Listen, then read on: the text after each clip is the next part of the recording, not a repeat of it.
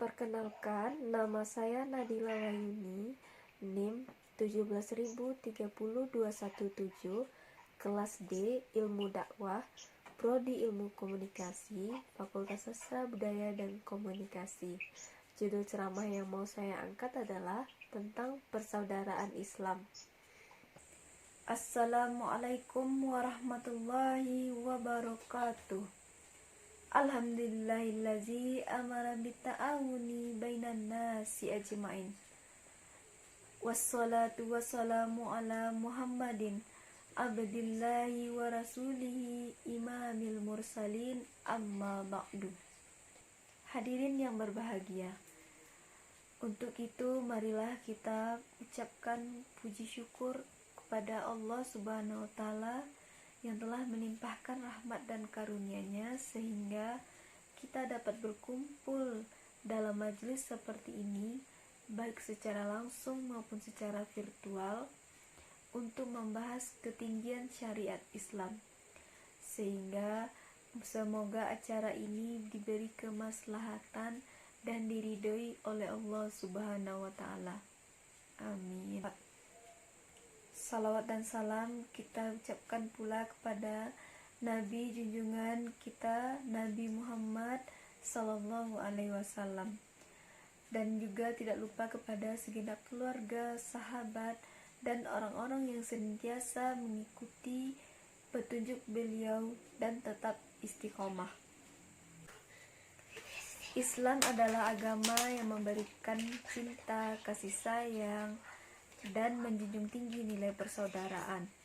Hal ini tercermin dalam firman Allah dalam Al-Quran surat Ali Imran ayat 103 yang berbunyi, A'udzubillahi minasyaitonirrajim, Bismillahirrahmanirrahim.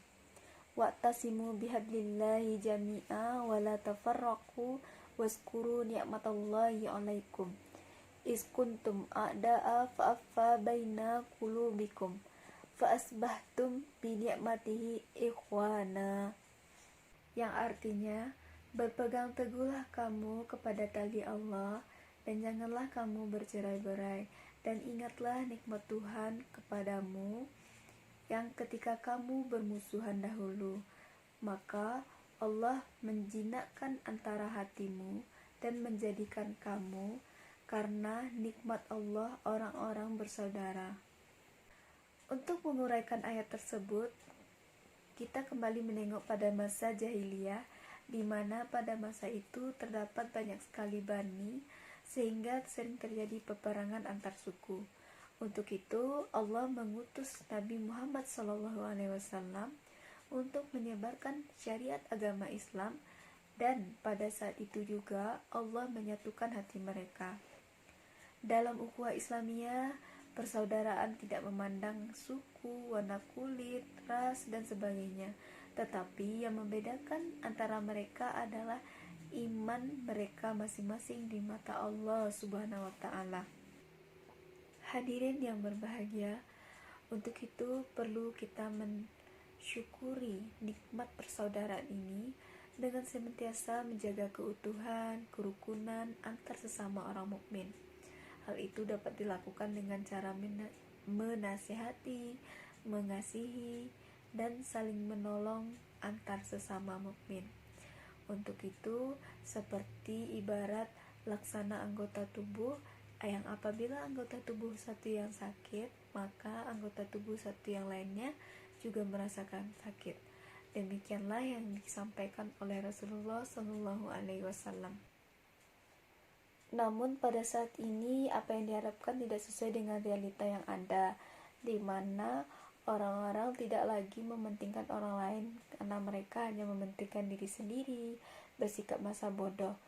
Padahal Rasulullah SAW bersabda dalam hadis riwayat At-Tirmizi yang berbunyi, Man nafasa an muslimin kurbatan kurabid dunya nafasallahu anhu kurbatan min kurabi yaumil qiyamah, yang artinya, barang siapa yang meringankan satu kesulitan seorang mukmin di dunia, maka Allah akan meringankan satu kesulitan dari satu kesulitan di akhirat.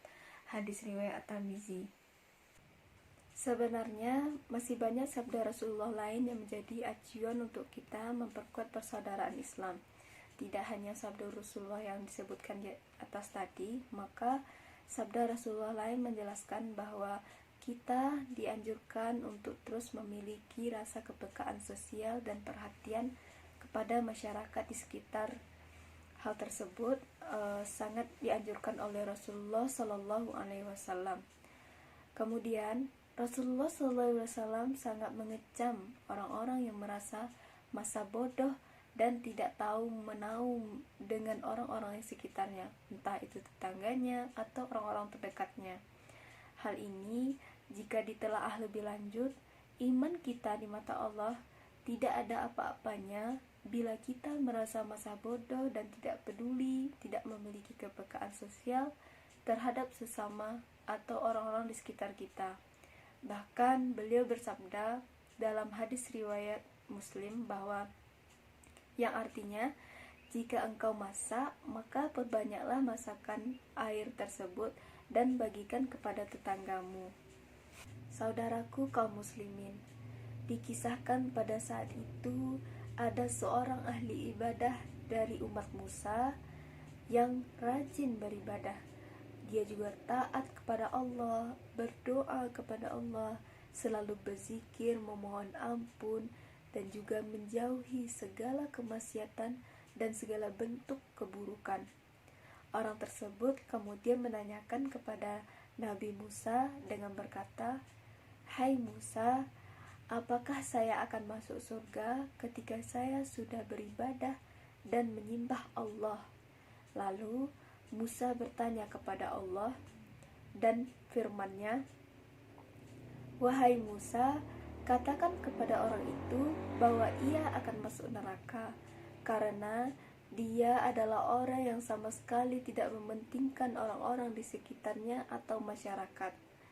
Kemudian mendengar hal tersebut, orang tersebut atau ahli ibadah tersebut menangis dan meratapi seraya memohon ampun kepada Allah. Begitulah kisah dari ahli ibadah tersebut. Nah, kemudian pada suatu saat Bani Israel mengalami kekeringan yang begitu berkepanjangan, sehingga pada saat itu ahli ibadah tersebut mengatakan dan menggenggam pasir dan berkata bahwa jika ini beras, maka akan aku kenyangkan Bani Israel dengan beras ini. Mendengar hal tersebut, kemudian Allah berfirman kepada Nabi Musa dan berkata bahwa orang atau ahli ibadah tersebut akan masuk surga. Begitulah kita melihat bahwa perbedaan antara ahli ibadah dengan orang yang begitu memperhatikan kehidupan masyarakat di sekitarnya.